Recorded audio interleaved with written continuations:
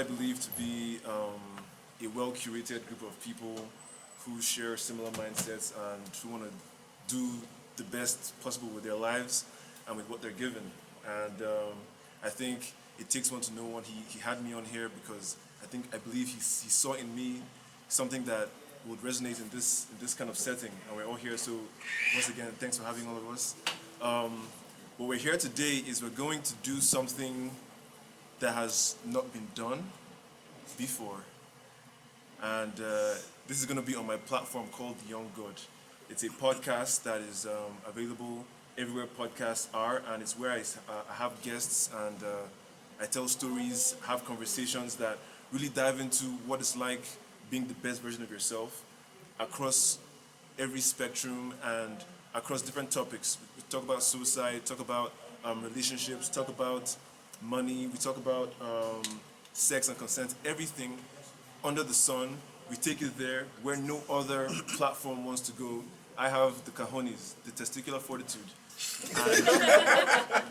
And this gentleman, Obinna, he shows that he has that same nerve. So we're going to talk about a couple of things that we feel is worth talking about in this society that is very afraid to have those difficult conversations. Everyone's so sensitive, and we are, I believe, the least sensitive individuals when it comes to going to those places. And we have you guys here who are a mix of all kinds of people who would bounce these ideas off of us, hold us accountable, and hold him accountable, especially because he's the author of this book, and he said some things that I would like to, poke his brain about. So that said, he's going to go into a little monologue about Simphood and what that means to him. I don't even know where this is going but I'm eager to hear Obinna's thoughts on that. So once again, thank you guys for joining us. The podcast is everywhere on IG. It's at the Young God Pod. You check it out. It's amazing. He's going to be on there someday, this gentleman. And we've had all kinds of people that are worth listening to. So thanks again for coming on. Shall we begin? Sure.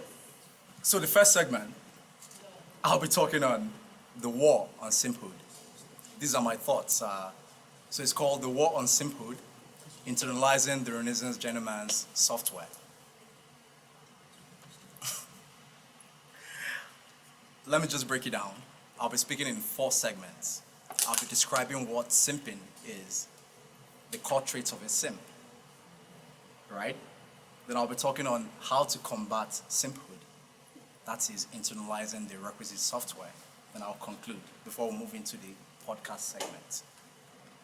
What is simping? I don't know, everybody, we always hear people say, oh, that guy is a simp, or that's a simp behavior. So I don't know, are we ready to delve into this and discuss some of these things we're not always hearing in our society? So basically, simping is a process or a series of behaviors through which an individual pedestalizes, supplicates, or defers to other people, not through altruistic measures, but to obtain a favor. Take, for example, a man who has 1,500 naira, using that to buy a woman shawarma so that he can sleep with her. On a simple level. It can also refer to you being at home and fighting with somebody online over a celebrity you will never meet in your life. So any act that puts you under somebody, where you pedestalize them, that's put them on a pedestal, or supplicate to them by kowtowing to them, or deferring to them on things you wouldn't usually do, you call that simping. So in breaking that down, we understand that there should be a demarcator between a nice guy and a kind man, right? So what we call simps are the proverbial nice guys you see in Hollywood movies, who at the end of the day, we see them under the sun and then the lady kisses him and we are told that he wins, only in the movies. A simp never wins in real life. Part of what my journey is that I told my friends, if I can only unsimp one simp, I have achieved the Renaissance Gentleman's career that I am pursuing right now. So basically, any series of acts, behavior, traits, action that makes you constantly pedestalize, supplicate, and defer to other people is referred to as simphood, Right, so what are the core traits of a simp? I identified five core traits of a simp. The first one is pedestalization. Jessica is pretty, I understand. But Jessica does not want you to worship her. I don't know if that makes any sense. If you have been taught wrong, if you only listen to pop songs, if you only watch Hollywood movies, you've been told to worship her, that's how you win her over. They are all tired. Beautiful women are tired of the bullshit women are giving them. They don't want you to worship them. They don't want you to put them on a pedestal. Once you put her on a pedestal, you become like any regular fan who is worshiping a star. Most especially, women who are in their feminine element do not want you to worship them. Regard them, yes. Respect them, yes. Pedestalize them, they don't want that. The second one is supplication. Kowtowing at every turn. Remember that this software trace we're talking about applies across board. If you supplicate to a woman, there's every tendency you're going to supplicate to a man. If you don't have core game skills, you're going to be worshiping everybody. Supplication, that's kowtowing. Oh, let's go this way. Ah, yes, babe, let's go that way. Let's do this. Oh, yes, babe, let's do that. You're being blown hither and thither by your mind. You have no core grounded. Supplication. The third one is deference. Supplication and deference, they have a commonality, but this is it. Deference is where basically every time you are around, everything anybody says, you agree with. Ah, bro, we go this thing now. You don't get money for next week, chow. You say, ah, bro, let's run this shit. You don't know what we're cooking. Cooking what, bro? Cooking what? So deference is basically agreeing to something that puts you in an uncomfortable position. Right. The next one is not holding frame. What is frame? Frame is your conceptualization of the world, your view of reality. It is the culmination of all the mental models that form the person that you are. For example, you meet some people, they seem tough on the exterior, but once a girl doesn't return their call, they flip. Their frame is very weak. They have a tough exterior, very shallow interior. So you have to hold frame. And the thing is, you can't build frame if you don't put yourself in uncomfortable positions. Move away from your comfort zone, approach very beautiful women, try to secure very tough government contracts, try to do stuff that puts you in very uncomfortable positions. The fifth one is not being on purpose. When you don't have any purpose, you go with the highest bidder. Anything anybody says, you move with it because you're not centered. You don't even know what you've been called to do here. The good thing about this audience is that most people, I know them personally. Most people here are already on their purpose, pursuing different ventures. I mean, IK is running Zodara, Peter is doing an amazing job with the embassy, Aziz is doing fantastically, Sensei is controlling, large swaths of empire, and that's very alluring, and so many other people here. But if you're not on your purpose, right, what happens is, anything anybody says, you just go with it. Bro, me will go smoke shisha. Ah, shit, man, we killed that shit last night. Bro, what are you killing? You don't smoke shisha. You don't even want it. You're not killing nothing. You are doing what you don't want to do because there's peer pressure. But the reason is because you're not on purpose. Right. So the next segment is combating simphood, the reasons gentleman's software that needs to be internalized. So the first thing in combating simphood is that you must curate a solid frame. Like I mentioned, your frame is your conceptualization of this reality that we are all living right now. If you believe you can attract a beautiful woman, you will never do that. If you believe you will never make money, you will never do that. If you believe that there are certain limitations, but you see other people doing it, you will never cross that threshold. So a few days ago, my friend Jibril Matankari said, anything you can think, there's somebody, whether in a hinterland or in the city center, who is doing it. So I think we're talking about making, I think it was either banners or something like that. And then he said, oh no, don't worry about that. If you think about it, there's somebody doing it. And it wasn't long after that we deciphered that there were people who were doing what we needed to, what we required. And that's how it is if you're thinking about a concept car. There's somebody driving it somewhere.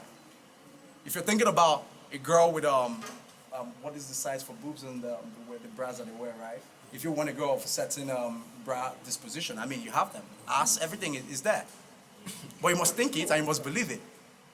So if you don't have a strong conceptualization, what you call frame of this reality, you are going to be a simp. There's no way out of it.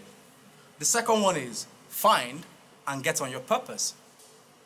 The reality is because of the way the English language is positioned and the way it's taught out here, purpose seems so big and gigantic. So what I did here was to have in this poster my purpose. It's very simple. Immediately I got on my purpose, every other thing aligned. Mine is to leave an enduring legacy of openness, happiness, and love. Using my body, my mind, and my body, voice, and mental acuity as the tools. It's very simple. And I don't need to lift a finger a day again to live a very fulfilling life. Because once I'm meeting this, I'm in my center. And you can't pull me anywhere. So you have to find and get on your purpose.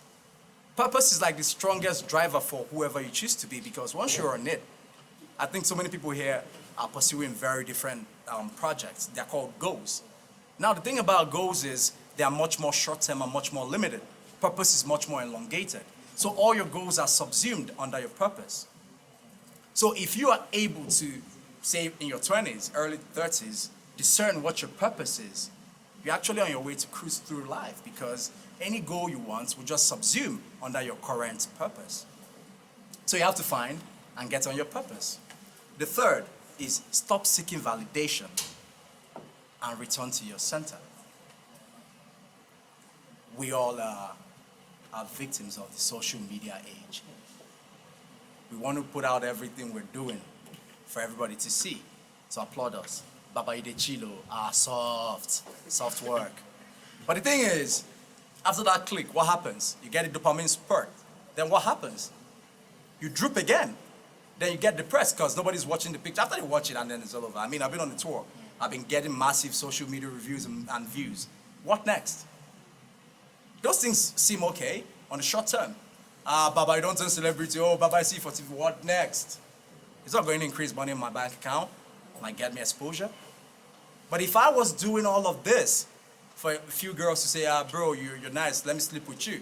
Or, oh, this guy, soft boy, you know, I'm on TV, people are liking the way I look and the way I talk. Then I'm not going to get anywhere because I'm doing it for validation.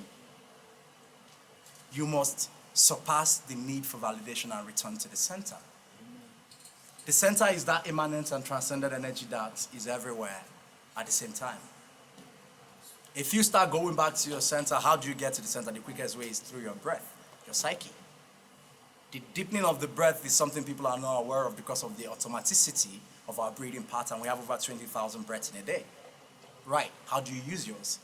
I mean, if you were breathing appropriately, you shouldn't exceed 12 breaths per minute.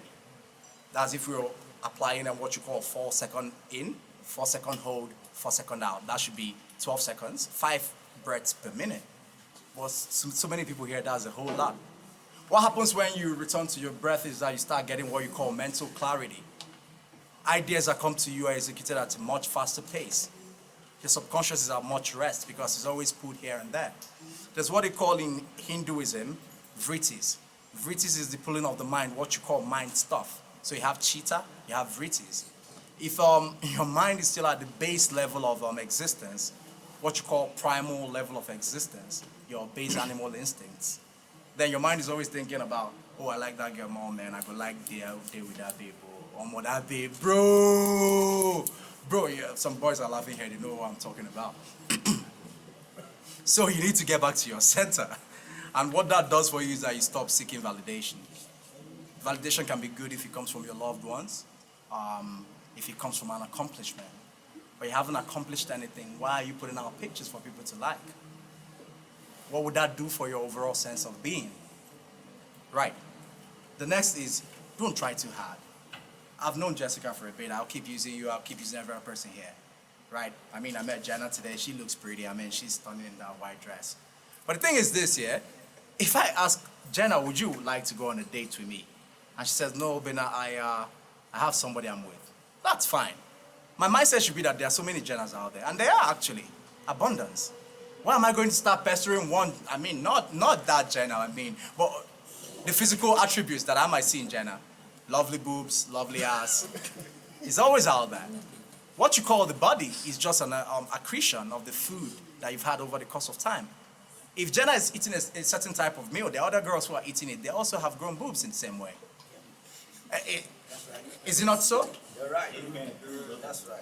Amen. Go on. So we can start agreeing that sometimes when we chase a girl because of her facial features, or her rare features, or her other features, you are doing yourself a disservice because you're hurting that woman. And we're saying that women should actually be given a bit of a break. We need to get back, I'm talking to the men now, in our masculine element. Being masculine doesn't mean being aggressive completely. You can be in your masculine element and still be gentle and still be kind. But we do know for a fact that these guys are crying for help. Some are misplaced. We know that for a fact as well. And then as much as we might not agree with them, we should have the capacity to expand our own thinking, to give everybody room for their perspectives to be considered. So don't try too hard. You like that girl, I understand that. If she doesn't like you back, move on, bro. Get back on your purpose.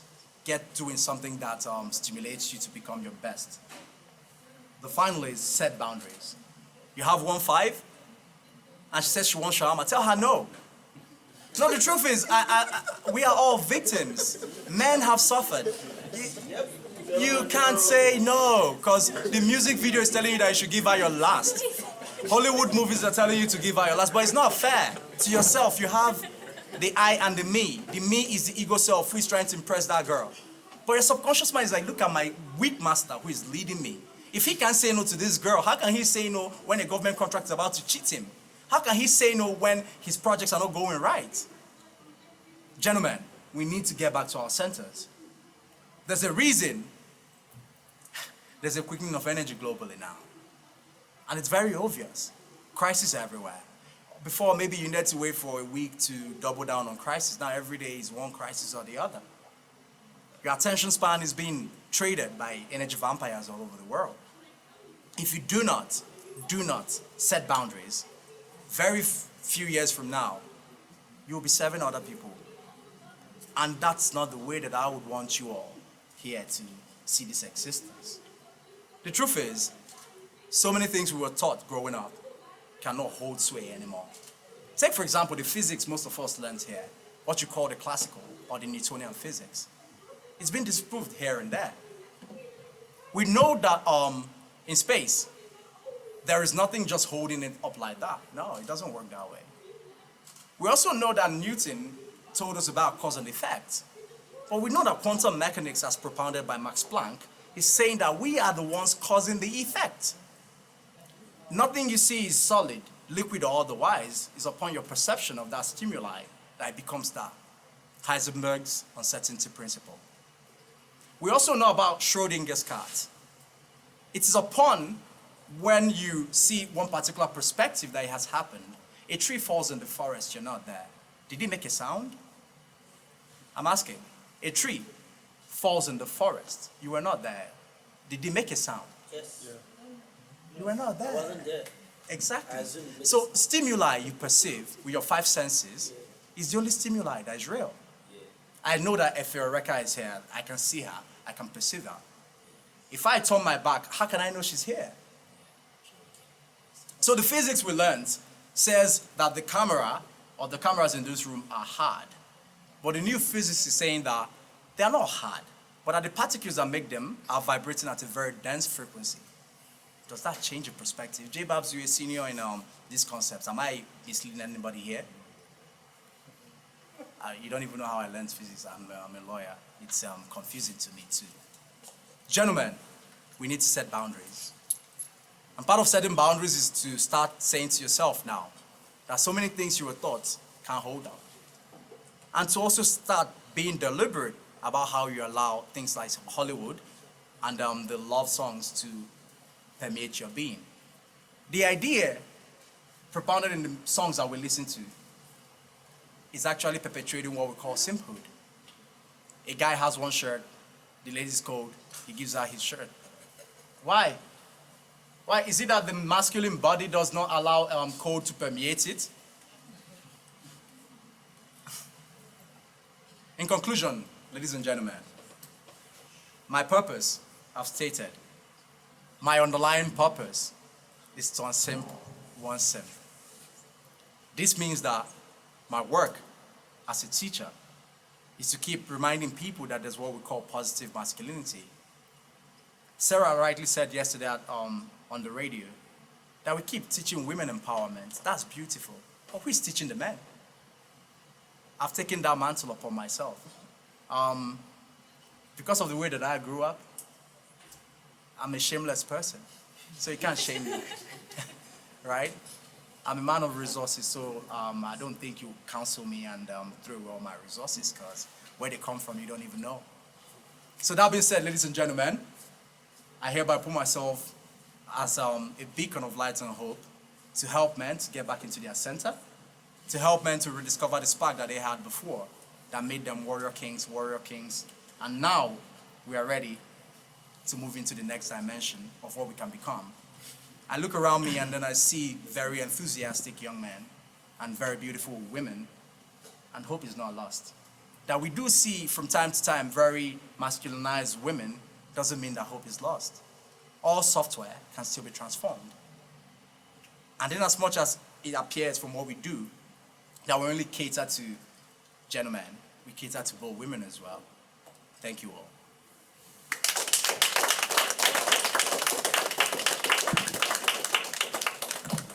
How enlightening was that? You know, one thing about Obinna that I realized, not just in his writing, but in his speaking, my guy is very good with words. In that, not just in the flow of it all, but in the words he chooses. You need a thesaurus right there to just be following this guy bumper to bumper. Am I right? If you read the book, you know what I'm talking about. You know, and it's great because that's how you learn. You know, he has been able to weave in social dynamics with physics, with biology and whatnot, and it's always a joy to see such things. And that's what it means to be like a true Renaissance man. And we're going to get into that in a second.